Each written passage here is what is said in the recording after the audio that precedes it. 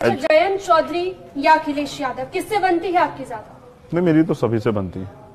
मेरी मुख्यमंत्री से भी कोई झगड़ा नहीं है, मेरी किसी से कोई झगड़ा ही नहीं। मैं अपने काम को कर रहा हूँ और मैं अपने काम को जिम्मेदारी से कर रहा हूँ। लेकिन आने वाले वक्त में राजनीति में अगर किसी एक पार्टी के साथ आपको गठबंधन करना पड़े या जरूरत पड़े तो किससे बनती है ज्यादा, अखिलेश यादव या जयंत चौधरी? नहीं, दोनों ही अच्छे प्यारे भाई हैं, दोनों ही अपना काम कर रहे हैं, अपनी पार्टी को आगे बढ़ा रहे हैं। और ये पार्टी का फैसला, मैं इस पे आज यहाँ खड़ा कुछ कह दूं ये सही नहीं है। ये पार्टी पॉलिसी का मैटर है, जिससे भी अलायंस होगा और जैसे भी अलायंस होगा ये तो आप लोगों के माध्यम से सबके बीच में जाएगा। आपके प्लेटफॉर्म बड़े हैं, जनता उसको बड़ी मजबूती सुनती है। हमारी सारी लड़ाई विचारधारा की है और उसके साथ हमारे बुनियादी मुद्दे हैं। तो जिनसे हमारे बुनियादी मुद्दों पर चर्चा हो जाएगी और वो हमारे मुद्दों को उठाने काम करेंगे। वो सरकार बन भी जाए जो हमारे मुद्दों पर ना करे, जो हमारी मांगों को मांग ना समझे, जो उनको इग्नोर कर दे, तो क्या फायदा है। लेकिन जो विचारधारा की आप बात कर रहे हैं वही विचारधारा की बात तो बसपा कर रही है, समाजवादी पार्टी कर रही है, फिर जनता आपको वोट क्यों दे?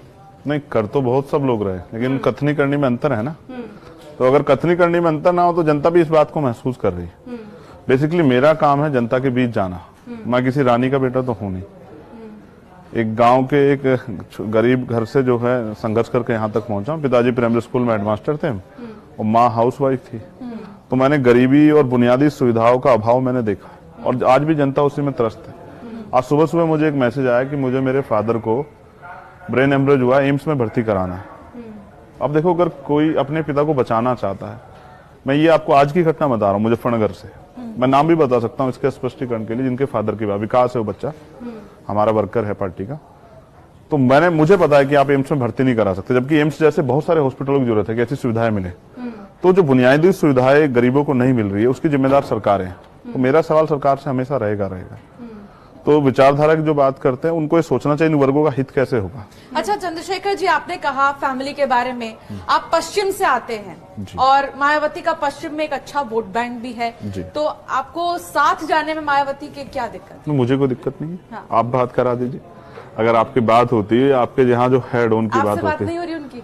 मेरी नहीं होती। मैं झूठ बोलता नहीं हूँ। रिश्ता कैसा है आपका? बहुत अच्छा है। जैसा आप बहनों के साथ है ऐसे उनके साथ है। हमारे यहाँ सिखाया गया कि कभी भी माता बहनों के साथ कभी वो गुस्सा भी कर जाएं तो गुस्सा नहीं करना है, और अगर वो कुछ कह भी दे तो उनकी बात को सुन लेना है। तो भविष्य में कोई संभावना है? बहुत संभावना है। मैं तो हमेशा कहता हूँ कि वो हमारी बड़ी। लेकिन जो आपकी पार्टी है एएसपी, क्या इसका रोल राजनीति में हम सिर्फ एक सहयोगी पार्टी भर का देखेंगे या आगे भी कुछ प्लानिंग है आपकी? हाँ, ये बड़ा अच्छा सवाल है। देखिए, हमने शुरुआत की है अभी, और जो लोग पहले से कहीं ना कहीं किसी पार्टी के साथ एडजस्ट हैं, किसी को वोट दे रहे हैं, वो इतनी आसानी से नहीं छोड़ेंगे। मैं ये कह दूं एक दिन में सब बदल जाएगा, ऐसा नहीं होता है। एक दिन में तो बच्चा जो पैदा हो जाता है वो एक साल में वो पैरों पे चलना भी नहीं सीख पाता है, बोलना भी नहीं सीख पाता, समय लगता है सब चीजों में। भारतीय राजनीति बड़ी कठिन है, कई तरह के स्वरूप हैं इसके। तो अभी लोगों को हमने अपनी बात पहुंचाई है, अभी लोगों तक बात डिलीवर हो रही है, लोग उसको सुन रहे हैं, फिर उसको समझेंगे, एक समय विश्वास करेंगे, और जिस दिन विश्वास करेंगे फिर ऐसे जुड़ेंगे, फिर हटेंगे भी नहीं, क्योंकि हम कुछ गलत करने नहीं वाले हैं। मैं पश्चिम से आता हूं, मैं एक बात और कंफर्म कर दूं, हमारी ये मांग है जिस पर अभी कोई चर्चा नहीं कर रहा है। पश्चिम एक बड़ा प्रदेश है, यूपी का पश्चिम एक बड़ा हिस्सा है। तो जब तक अगर हम इसको यूपी को विकास के एजेंडे पे ले जाना चाहते हैं, तो जब तक ये डिवाइड नहीं होगा, यूपी 2 से 3 हिस्सों में नहीं बनेगा, तब तक नहीं बात बनेगी। 403 विधानसभा, अगर मुख्यमंत्री एक विधानसभा में एक दिन जाए तो 403 दिन लगते हैं, एक साल बाद नंबर आता है, ऐसे कैसे प्रोग्रेस हो जाएगी?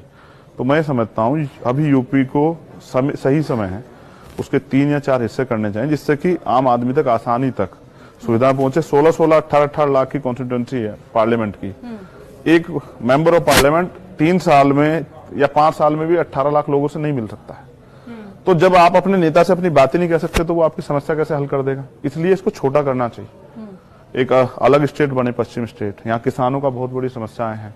यहाँ से लोग उत्तराखंड जाते हैं रोजगार के लिए, दिल्ली आते हैं रोजगार के लिए। इन समस्या पे काम होना चाहिए। हाईकोर्ट मेरठ आ जाना चाहिए, राजधानी हमारी मेरठ बननी चाहिए।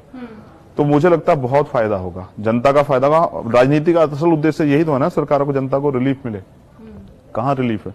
आप ट्रेन पकड़ के जाओगे इलाहाबाद हाईकोर्ट में, और फिर अगर वहां डेट किसी वजह से कैंसिल होगी तो फिर वापस आओगे, फिर जाओ। कहाँ जनता पे इतना पैसा? सरकार पैसा थोड़ा दे रही है, अवसर भी नहीं दे रही, एजुकेशन के बजट कम हो रहे हैं। तो मैं समझता हूँ पश्चिम प्रदेश अलग बने तो पश्चिम में विकास की गंगा जो है वो आगे बढ़ सकती है।